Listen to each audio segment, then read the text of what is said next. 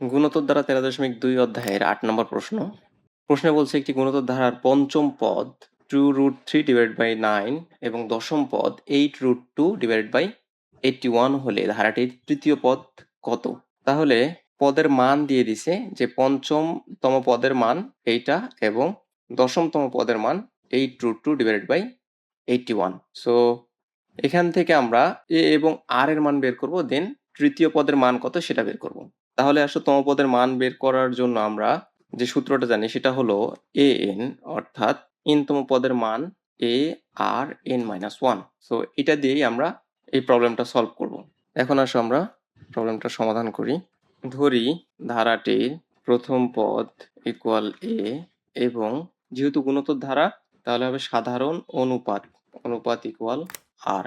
প্রশ্ন মতে যেহেতু বলে দিছে যে পঞ্চম পদ 2√3/9, তো এই জন্য আমি প্রশ্ন মতে লিখলাম a r 5-1 equal 2√3/9 equal a r to the power 4 equal 2√3/9। এটাকে 1 নম্বর সমীকরণ দিলাম। আবার বলে দিছে যে দশম পদ 8√2/81, তাহলে a r 10-1 equal 8√2/81। A r to the power 9 equal 8√2/81। এটাকে আমি 2 নম্বর সমীকরণ দিয়ে দিলাম। এখন আমাদের কাজ হলো যে কোনো একটা প্যারামিটারের মান আগে বের করা, তারপরে যে কোনো একটা সমীকরণে সেই প্যারামিটারটার মান বসায় দিয়ে অন্য একটা প্যারামিটারের মান বের করা। প্রথমে যদি আমরা আর এর মান বের করে ফেলি, তারপরে আমরা এ এর মান বের করতে পারবো। এখন সমীকরণ 2 ভাগ সমীকরণ 1 করে পাই a r to the power 9 divided by a r to the power 4 equal, উপরে বসবে 8√2/81, নিচে বসবে 2√3/9। সো এখানে দেখো যে এ কাটাকাটি করা যায় এবং আর কে লেখা যায় 9-4 সূচকের নিয়ম অনুযায়ী এটা লেখা যায়, এবং এই পাশের অংশটুকুকে যদি আমরা আড়াআড়ি গুণ করে দেই তাহলে কাটাকাটি করা যাবে। 8√2/81 ইন্টু 9/2√3।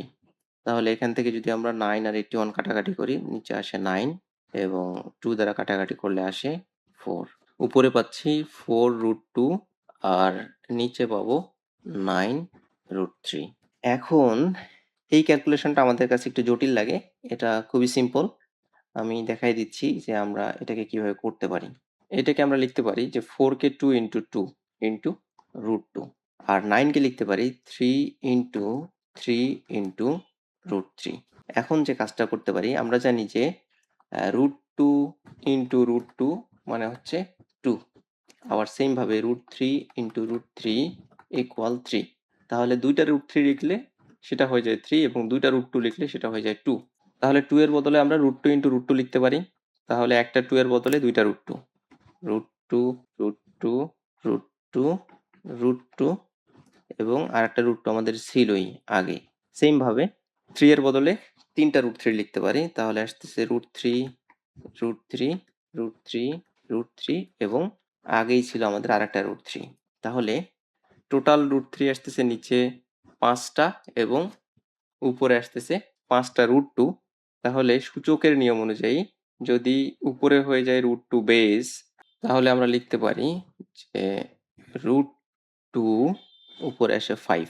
হ্যাঁ, এটা যদি আমাদের বেস হয়ে যায় তাহলে সবখানেই বেস সেম এবং প্রত্যেকের উপরে পাওয়ার 1 করে আছে, তাহলে আমরা পাওয়ারগুলোকে যোগ করে দিতে পারি। সেম ভাবে √3 এর ক্ষেত্রেও পাওয়ারগুলোকে আমরা যোগ করে দিতে পারি। সো নিচেও লিখতে পারি যে √3 উপরে আসতেছে 5। সো ব্র্যাকেটে আমরা লিখতে পারি যে √2 ডিভাইডেড বাই √3 উপরে আসতেছে 5 এবং বাম দিকে ছিল আর টু দি পাওয়ার 5। 9 থেকে যদি আমরা 4 করি তাহলে আসতেছে আর টু দি পাওয়ার 5। অতএব আর ইকুয়াল টু 2 ডিভাইডেড বাই √3। তাহলে আমরা আর এর মান বের করে ফেললাম। এখন আর এর মান যে কোনো একটা সমীকরণে বসাই দিব। আর এর মান যে কোনো একটা সমীকরণে বসাই দিলে আমরা এ এর মান পেয়ে যাব।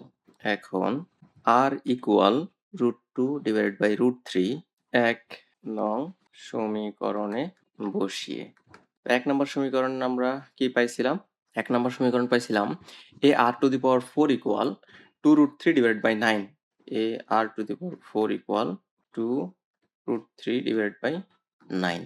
সো এ থাকলো এবং আর এর মান আমরা কত পাইছি √2/√3। তাহলে √2/√3 পাওয়ার 4 ইকুয়াল 2√3/9। সো যদি আমরা এখানে পাওয়ার দিয়ে ক্যালকুলেশন করি তাহলে আসতেছে a ইন্টু পাওয়ার 2 এর কারণে রুটটা কাটা যায় এবং আর একটা পাওয়ার 2 থাকে, যার ফলে আসতেছে উপরে আসতেছে 4, নিচে আসতেছে 9 ইকুয়াল 2 ইন্টু √3/9। সো আমরা 4 দিয়ে 2 কে কাটাকাটি করতে পারি, এখানে আসতেছে 2 আর এদিকে 9 আর 9 কেটে দিতে পারি।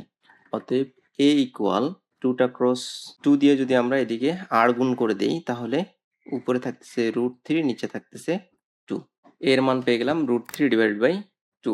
এখন প্রশ্নে বলছে ধারাটির তৃতীয় পদ কত? তাহলে এখন আমরা ধারাটির তৃতীয় পদ বের করে ফেলবো। অতএব ধারাটির তৃতীয় পদ ইকুয়াল ar3 - 1। সো এর ভ্যালু √3/2 এবং আর এর ভ্যালু √2/√3। √2/√3, 3 - 1 এখানে আসে 2। তাহলে √3/2 ইন্টু উপরে থাকতেছে 2 এবং নিচে থাকতেছে 3। স্কোয়ারের কারণে উপরে এবং নিচে রুট কাটাকাটি চলে যাচ্ছে। তাহলে এখানে আমরা 2 2 কেটে দিতে পারি আর এটা থাকছে √3 এবং 3 এর বদলে আমরা লিখতে পারি √3 ইন্টু √3। তাহলে √3 কাটা থাকতেছে শুধু 1/√3। সো এইটা হচ্ছে তৃতীয় পদের মান। তাহলে আমাদেরকে প্রশ্নে এটাই বের করতে বলছে, 1/√3 হচ্ছে এই ম্যাথের আনসার। আশা করতেছি বুঝতে পারতেছো। দেখা হচ্ছে পরের ভিডিওতে। আল্লাহ হাফেজ।